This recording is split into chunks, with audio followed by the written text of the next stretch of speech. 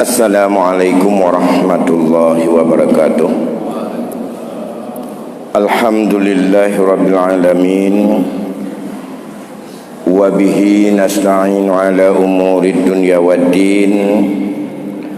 Allahumma salli wa sallim ala sayyidina Muhammadin sayyidil anbiya'i wal mursalin wa ala alihi wa ashabihi ajma'in, amma ba'd. Segenap puji beserta syukur kembali kita persembahkan kehadirat Allah Subhanahu wa taala. Selawat dan salam keharibaan junjungan alam Nabi besar Muhammad sallallahu alaihi wasallam pada keluarga dan sahabat beliau sekalian. Bapa-bapa dan ibu-ibu sidang jamaah maghrib yang dimuliakan Allah Subhanahu wa taala. Sembari kita beriktikaf menunggu masuk waktu Isya, mari sama-sama kita mengulang kaji hal-hal yang biasa dalam kita alami kehidupan ini, untuk agar lebih pasti dalam kehidupan kita tidak terawang-awang antara kebenaran dengan keraguan. Dalam sebuah hadis bersumber dari Nu'man bin sallallahu alaihi wasallam bersabda, al-halalu bayyinun wal haramu bayyinun wa bainahuma mutashabbahat la ya'lamuha katsirun minan nas. Faman ittaqa syubhati istabra'a lidinihi wa 'irdihi wa man waqa'a fi syubhati kara'an yar'a haulal hima yushiku ayyuwaqi'ahu. Ala wa inna likulli malikin hima. Ala wa inna himallahi fi ardihi maharimuhu. Ala wa inna fil jasadi mudghat iza salahat salahal jasadu kulluh wa iza fasadat fasadal jasadu kulluh. Ala wa hiyal qalbu. Rawahul Bukhari wa Muslim wa ghairuhuma. Terjemahan hadis tersebut bersumber daripada Nu'man bin Bashir. Segala yang halal itu sudah nyata, dan semua yang haram itu juga sudah nyata. Wa bainahuma, antara halal dan haram keduanya urusan yang mutasyabihat. Kebanyakan manusia tidak tahu terhadap urusan-urusan mutasyabihat itu apakah halal atau haram. Kalau sudah terang kepada yang dimilikinya, apakah itu halal, itu bukan lagi mutasyabihat. Ada di antara manusia sesuatu itu yang coba-coba, yang kadang-kadang ia tidak tahu boleh atau tidak boleh, atau tasyabuhnya, sumber asalnya dari mana, kemudian bolehkah aku untuk menggunakannya. Dan itulah yang urusan-urusan yang tasyabuh. Tidak hanya pada masalah harta, termasuk pada masalah-masalah lain. Seperti pada masalah hubungan antara seseorang dengan laki-laki perempuan, yang kita kadang-kadang meragukan apakah ia itu muhrim kita atau bukan. Apakah boleh kita bergaul dalam batas sedemikian itu atau tidak boleh. Batas mana yang sudah kita yakin bahawa di situ memang ada batas-batas diberikan oleh agama, maka itu bukan dalam kategori lagi mutasyabihat. Maka siapa yang membersihkan jiwanya dari segala yang mutasyabihat, istabra'a lidinihi wa irdihi, ia telah mampu membebaskan dirinya demi untuk kesucian agamanya, akidahnya, tauhidnya, wa irdihi, dan kemuliaan serta harga dirinya. Wa man waqa'a fi syubhat, namun siapa yang ia tetap nekat masuk dalam lingkaran syubhat, qara'an yar'a haulal hima, itu persis kata Rasul seperti seorang pengembala yang ia mengembala ternaknya pada sekitar tempat yang membahayakan, di sekitar daripada sebuah sumur, yang sumur itu bisa andai kata jatuh ke dalamnya, ia masuk dalam bahaya. Maka kalau dia main di sekitar demikian, yushiku ayyuwaqi'a, sangat-sangat besar kemungkinan ia akan bisa jatuh ke dalamnya. Ala wa inna likulli malikin hima, ingatlah setiap raja itu punya batasan dan punya kategori dari atas, yaitu yang membahayakan, punya rambu-rambu. Ala inna himallah fil ardihi maharim, ingatlah kata Rasul bahawa batas Allah, bahawa sumur yang membahayakan yang Allah beri batas kepada hambanya di dunia ini adalah segala apa yang diharamkan. Sesuatu yang menjurus kepada yang haram, itulah batasnya. Itulah daripada benteng yang harus dihindari, jangan masuk dalam wilayah itu. Andai kata kita punya ternak, jangan main dekat sumur yang membahayakan, yang telah merupakan batas Allah. Ala wa inna fil jasadi mudghah, taulah di dalam tubuh itu ada segumpal darah. Iza saluhal jasadu kulluh, segumpal darah itu apabila ia baik, maka baiklah tubuh seluruhnya. Dan apabila dia rusak, rusaklah tubuh seluruhnya. Ala wahyal qalb, taulah segumpal darah itu adalah hati yang Allah berikan, yang hati itu merupakan kendali dan raja bagi setiap jasad yang memilikinya. Tengku-tengku kaum muslimin, sidang jamaah maghrib yang dimuliakan Allah, dari hadis ini menunjukkan bahawa kemampuan orang untuk mampu menghindar dan melepaskan diri daripada sesuatu yang masih samar-samar, yang masih enggak jelas halal, enggak jelas haram, itu sangat ditentukan kepada kemampuan batin, yaitu hatinya. Kekuatan hati yang ada di dalam jiwanya, andai kata mampu dia mendidik hatinya untuk melihat secara jelas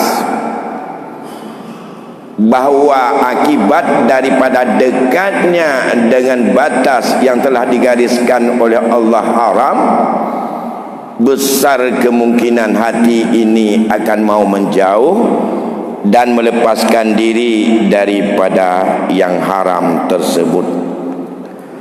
Kalau ini kita hubungkan kepada harta yang kita miliki, potensi yang paling besar kita berada di dalam lingkaran syubhat, walaupun tidak tegas kita katakan haram, adalah pada sesuatu pemilikan yang di situ punya hak yang rame-rame di dalamnya.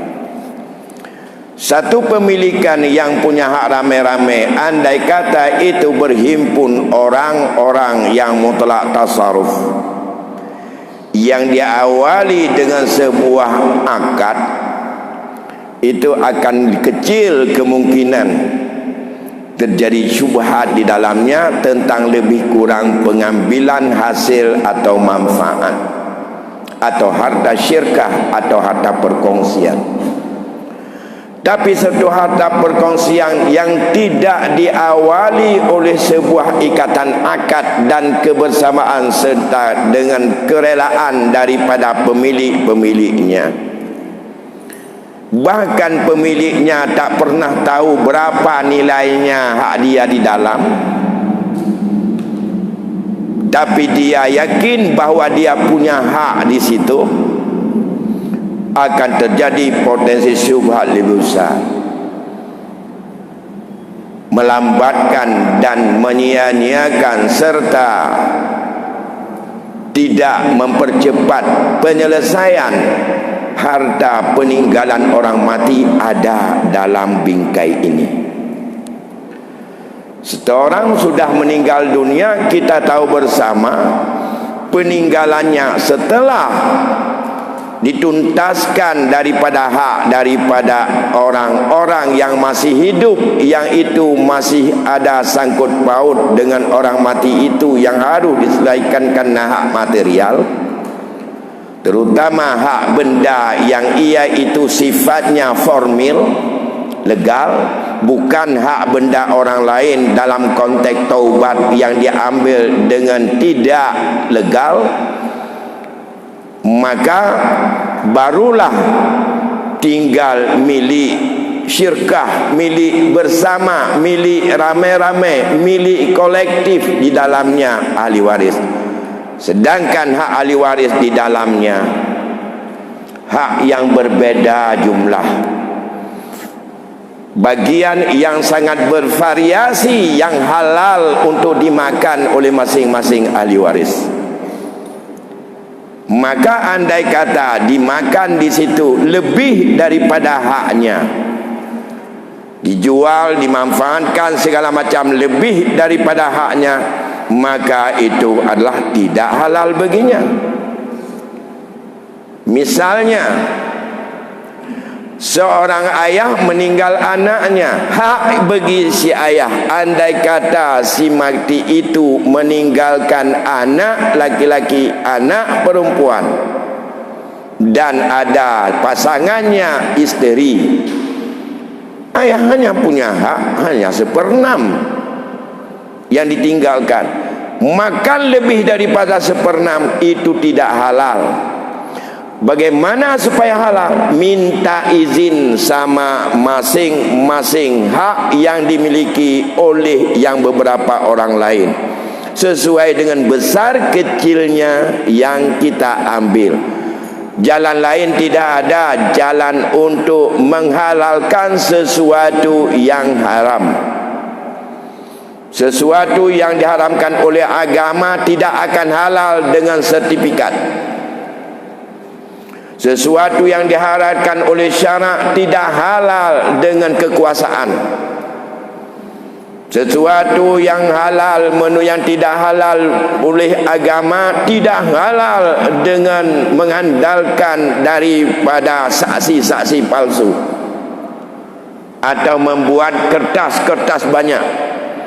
Masalah tulisan kertas di dalam syariat adalah itu sebagai alat bukti di dunia yang bisa dijadikan andai kata terjadi persengketaan dan kamu khawatir dalam pemilikan ini terjadi kekhawatiran terhadap sengketa dan mukhalafah, faktubu, kamu tulis, itulah surat.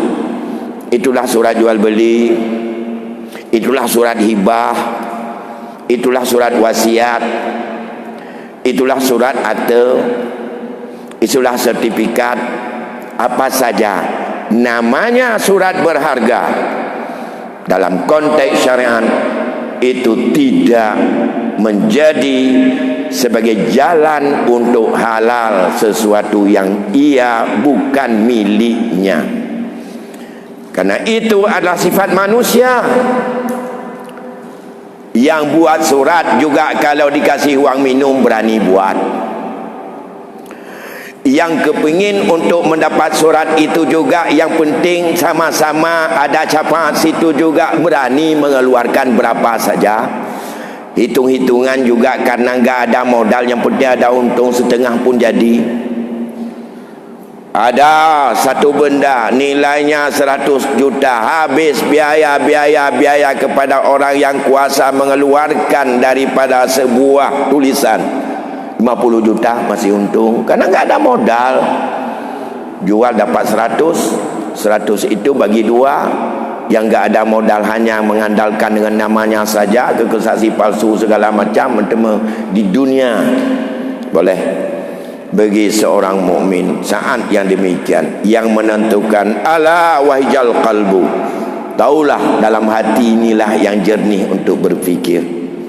Dan Nabi mengingatkan dalam hadis yang lain, la yastaqi imanul abdi hatta yastaqima qalbuh. Iman seseorang tidak akan mampu diaplikasi dalam setiap tindakan dan daripada setiap amalan tanpa ada iman itu merajuk dan menguat dalam hatinya. Kalau di mulut saja imannya belum merasuk kemari, tapi iman yang merasuk kemari itulah iman yang menjaganya, yang menjadi sebagai pengawal hidup kita, tahu yang mana milik kita atau tidak. Oleh karena demikian, besarnya potensi syubhat pada satu barang yang kita punya hak rame-rame, sedangkan hak beda-beda, ada yang kecil, ada yang besar. Itulah peninggalan yang diberikan label hukum oleh Allah secara ijbari. Ijbari, Pak, makna ijbar sama dengan kata ada prinsip itu, satu paham yang disebut dengan Jabariyah. Jabariyah artinya kita enggak ada kekuasaan apapun. Bagi orang Jabariyah tidak ada hak usaha manusia. Mandum-mandum gatul oleh Allah. Katakan don dia Allah. Aku pohgau, aku tak alung, aku tak kagak. Memang gilong kagak kehendak ada Allah. Tadi tidak ada usaha apapun. Ya, itulah yang disebut dengan paham-paham Jabariyah. Prinsip daripada hukum faraid, legalitas pemilikan bagi orang yang hidup, bagi harta orang yang meninggal dunia, prinsipnya ijbari wan individual. Ijbari artinya pemaksaan Allah kepada kita untuk rida menerima ketetapannya bagian berapa yang halal dimakan oleh masing-masing. Seorang anak perempuan meninggal ayah atau ibunya, halal bagi dia kalau satu orang gak ada anak laki-laki. Jangan pikir siapa lain, hanya setengah itu pemberian Allah. Yang halal baginya setengah, yang lain dengan jalan apapun dibilang bahawa hibah. Kalau memang terangkat hukum hibah, itu halal secara hibah. Dalam agama ini, kalau dalam transaksi antara orang hidup dengan orang hidup, halal pemilikan bila memenuhi ketentuan syarak, di dalam tidak ada ghurur, tidak ada unsur riba, maka itu halal. Jual beli halal kita milik bila memenuhi syarat jual beli itu adalah tidak fasid dan tidak rusak. Jual beli atau hibah juga demikian, atau dengan sedekah juga demikian, atau dengan jalan diwakaf juga hanya halal manfaat, tidak halal lain.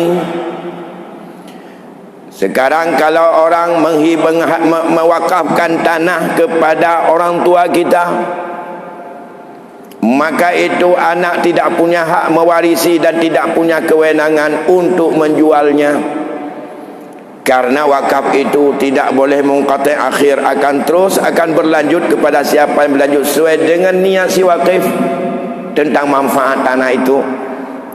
Begitu juga dengan benda-benda yang lain yang bisa diambil manfaat dan kekal lainnya. Kalau memang pemilikan itu secara ujrah, sewa, maka menurut itu sampai kepada bagaimana halalnya menguasai tanah yang tanah itu belum ada yang punya, belum juga dikapling oleh negara untuk manfaat tertentu seperti tanah lindung, hutan lindung. Begitu juga dengan rawa-rawa sampai ke laut. Sistem pemilikan ada dalam bab Ihyaul Mawad.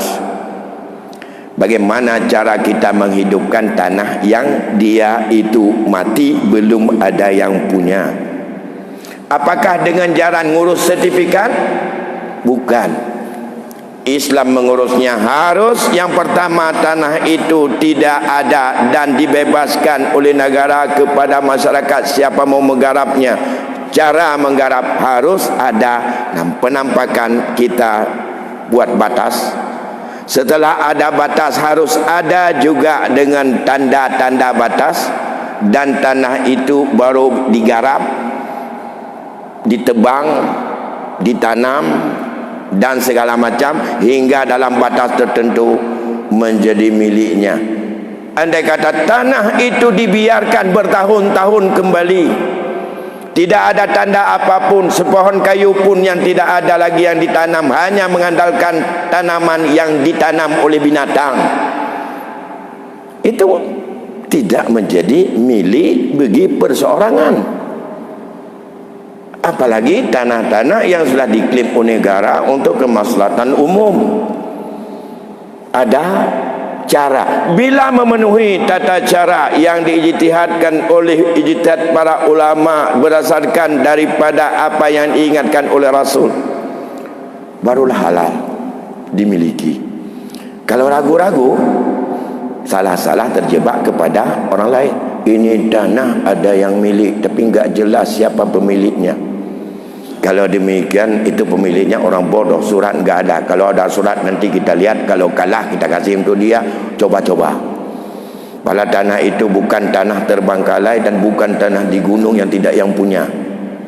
Lantas urus sertifikat, lahirlah bahwa tanah rawa-rawa ini menjadi pemilik kita.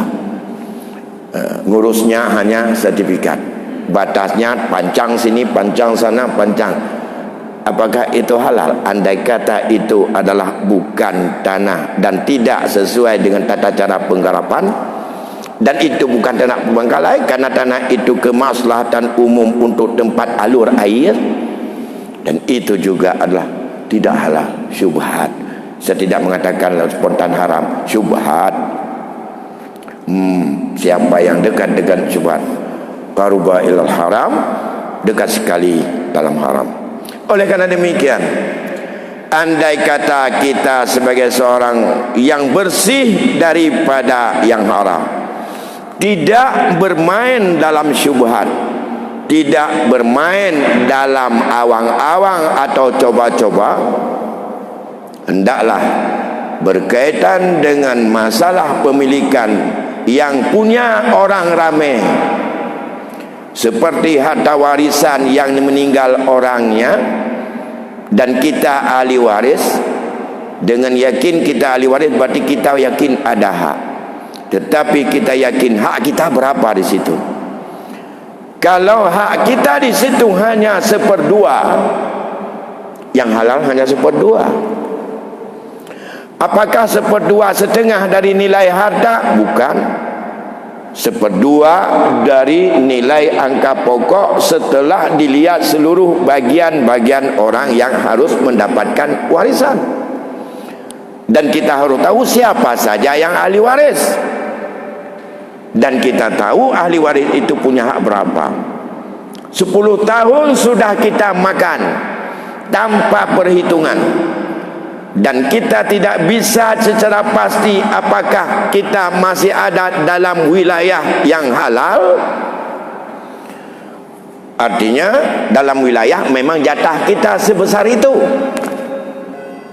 Lantas sekarang tidak ada lagi jatah, lepaskan itu semuanya kepada jatah orang lain. Kalau kita beriman kepada Allah. Kalau enggak, nanti bayar itu dengan amalanmu. Wajib kita membayarnya dengan amal baik kita. Yang kejut baik tamak dah dia katanya. Habis pahala ibadah, habis pahala jamaah, habis pahala tahajud, habis pahala zikir, habis pahala dakwah, habis pahala pengubur. Payah juk kepada adun, kepada adawad, kepada anak yatim di rumah ini. Oleh kerana demikian, tumbuhkan semangat, karena ini kata Rasul. Saya ulang-ulang terus di situ. Apa kata Rasul? Ta'allamul faraidah, merunuh masalah faraidnya untuk minimal kasus yang ada dalam keluarga kita. Innahu nisful ilmi. Masalah itu setengah ilmu dalam hidup ini. Setengah. Di tengah ilmu yang benar tamita, setengah. Dikatanya baik ilmu setengah, mesabah persen pun hana tak fikir kenyan. Tem kaliang tak ada fikir. Minta ilmu orangnya mulai ayunan sampai dengan meninggal, yang tamita sampai jet pupa besar lalangit. Tapi yang tertengah ilmunya kadang-kadang baik dia tertengah nol besar. Selalu mentang itanya tabat. Tapi Nabi katakan huwa nisful ilmi wa huwa awwalu yunsa. Masalah ini yang pertama mudah dilupakan oleh umat. Udun tua tanya, janji Rasul. Ya, tua katanya, dilupakan terus. Dia disingkirkan, dikebiniskan. Mio bahatan mio.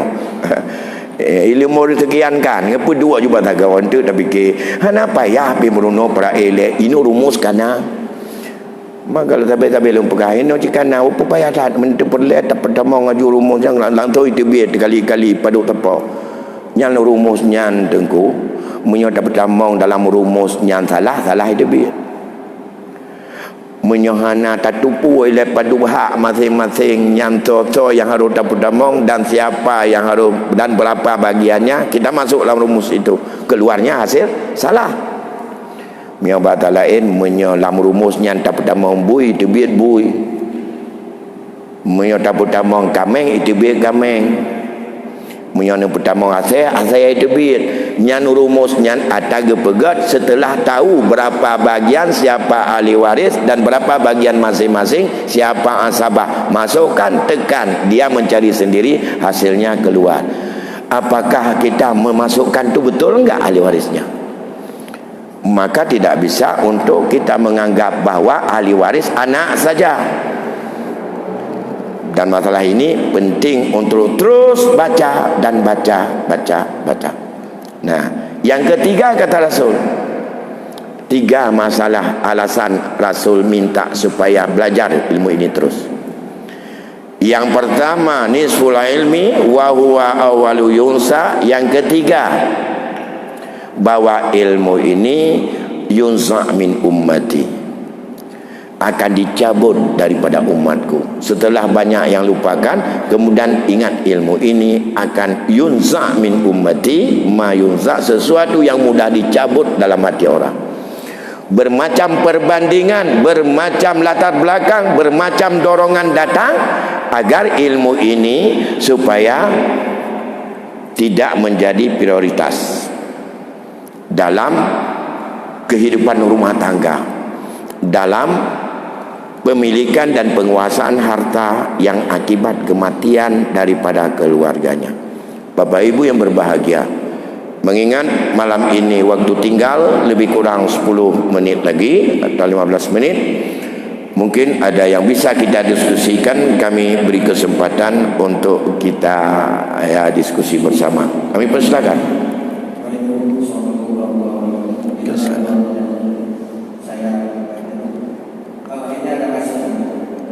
orang tua kita sudah meninggal berdua, dia meninggalkan tanah warisan, kemudian ada toko tanah warisan sudah kita bagi. Sementara toko ada toko anaknya ada 4, 2 laki-laki, 2 perempuan. Tokonya kalau kita jual orang saja, kalau kita jual sesama keluarga tidak ada yang mau. Kemudian kita sewakan siapa yang paling membutuhkan. Misalnya si A yang membutuhkan tahun ini diambil, tapi risikonya tahun depan sewanya naik lagi. Nah, itu bagaimana hukumnya? Terima kasih. Mungkin ada satu lagi. Silakan kalau ada yang lain lagi.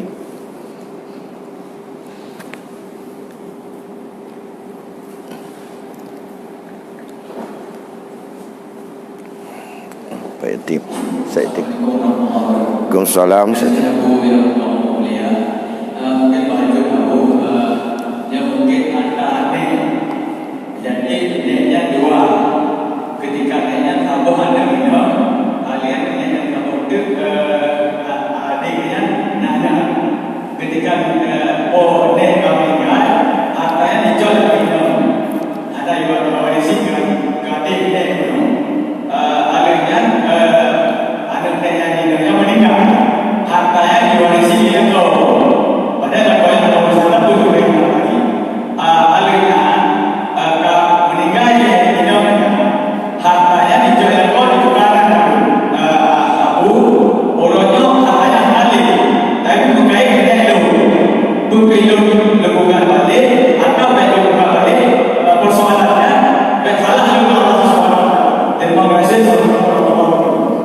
Assalamualaikum warahmatullahi wabarakatuh. Baik, terima kasih. Saya mulai dengan guru kita, Guru Muhammad Yatim.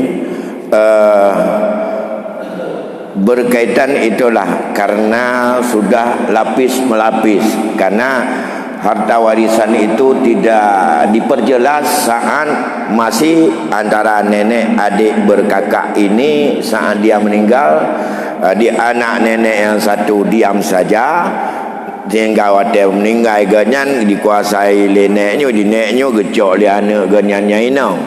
Olehnya menturut. Sebenarnya menyenyang hukum dasar bagi yang menguasai, dan ia sebenarnya bukan haknya. Ia punya hak, dan itu yang perempuan itu hanya setengah. Itu juga setengah bukan daripada penuh, karena mereka ada berdua nenek adik berabang. Mereka itu adalah ada bagian masing-masing yang diambil setengah daripada hak orang tuanya nenek ini, bukan daripada nenek satu lagi. Kemudian barang itu terus berkembang sampai habis, dan jut ke sampai ke pulau ataupun kaino taput tanle kaicok sampai beralih tangan kepada orang yang bukan keluarga lagi. Apakah sekarang oleh keluarga yang kita tahu hukum itu adalah wajib kita gugat? Kalau gugat tidak wajib, tidak wajib, karena kita gugat juga mereka akan dunia hari ini. Kalau gugat hanya hukum dunia yang bisa ditonjolkan. Apa hukum dunia? Mana surat? Yang enggak ada surat adanya andalan ini. Surat sudah saya bilang tadi itu legalitasnya di dunia saja. Tapi dalam hukum sebagai keimanan, saya lebih cenderung itu kalau ada supaya dia taubat. Harta itu sesungguhnya kejadian seperti ini, dari sini semua harta berpindah kemari sebahagian itu sesungguhnya. Dan apa yang kamu miliki hari ini dan sudah kamu alihkan bagi yang masih hidup, sampaikan pada dia itu adalah bukan milikmu sebenarnya, bukan milikmu pada hakikat. Saya sampaikan ini supaya kamu jangan habis amalanmu nanti untuk bayar harta orang ini. Oleh karena demikian, supaya dia bertaubat dengan mengembalikan dan mencari apa yang ada hari ini.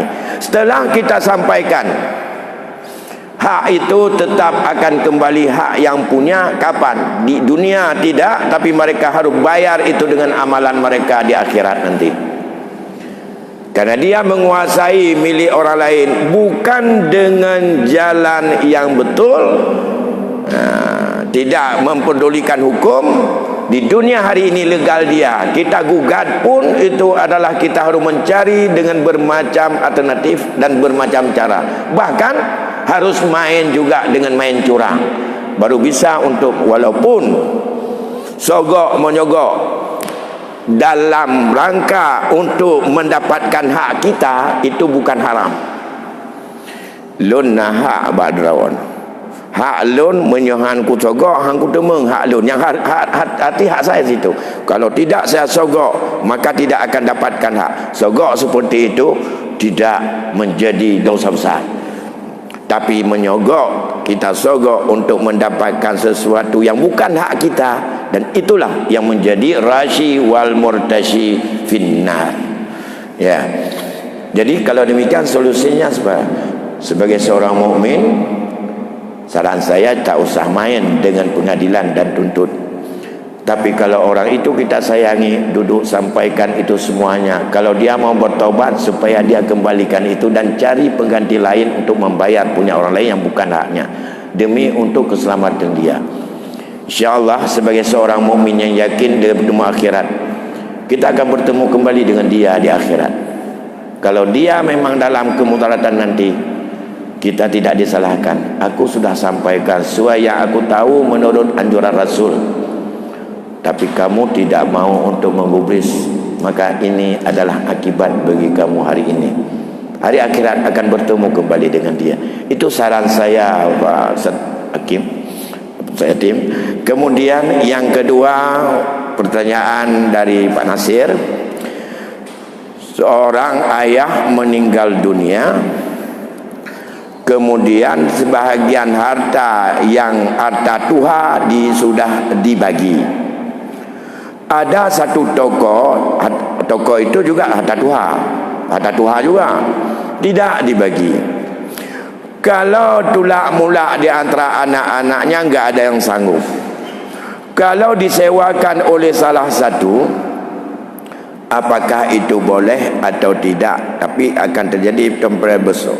Sebenarnya dalam hukum pemilikan secara individual, jadi karena hak milik ini masing-masing, sekarang mereka akui lain sudah dibagi, toko ini milik berempat mereka. Kalau sama-sama anak lelaki, nilai pada toko itu sama. Kalau toko itu 200.000, berarti 4 orang 50-50. Nah, tentu saja kalau mau untuk mereka membuat akad perkongsian secara syar'i, dalam batas-batas ini toko milik berempat, siapapun yang sewa hasilnya bagi 4.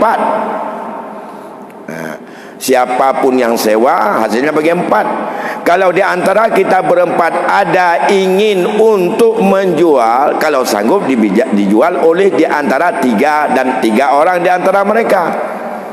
Kalau enggak sanggup dan ia butuh untuk dijual, 2 orang ingin untuk pecah, butuh uang, 2 orang ingin pertahankan, maka akad syirkah harus bubar dalam kategori 4. Otomatis publo minta yang ubud. Kedainya 200 juta, menan publo 200, we ada tertuh 250, tinggal yang tertuh dia blo lain. Nan dalam konti 2 dan namun 1000 pun. Karena akad perkongsian antara mereka itu sudah akad orang hidup dengan orang hidup, enggak ada hubungan dengan asal usul dari mana toko itu. Ino kebaik kaku itanyo karena nyan atau usul baik pempo ke hanya ke pulau atau kena bah. Hai nyo kami lek katanya ilong butuh peng kuna abla beca. Ya ilong peng kuna minta rezeki kuna bubuannya ngam beca. Masa ilon dia bunga harus kujak gulam matanyan perle beca kuna temari ke karena ilon nan buat ku. Kalau demikian jual 4. Setelah itu beli lain yang kongsi tinggal 2. Yang 2 orang sudah pecah kongsi. Tidak terikat gara-gara adik aduan hanya uwe utakut pempot. Nyantalah nyan dogma dan doktrin lagi nyan itu adalah doktrin yang memberatkan. Jangan, kembali kepada hukum asal. Saya pikir sudah azan, waktu isya sudah masuk. Mohon maaf, dan itu yang bisa kami sampaikan hari ini. Nanti insya-Allah kita sambung kembali. Lebih kurang saya mohon maaf. Wabillahi taufiq wal hidayah. Wassalamualaikum warahmatullahi wabarakatuh.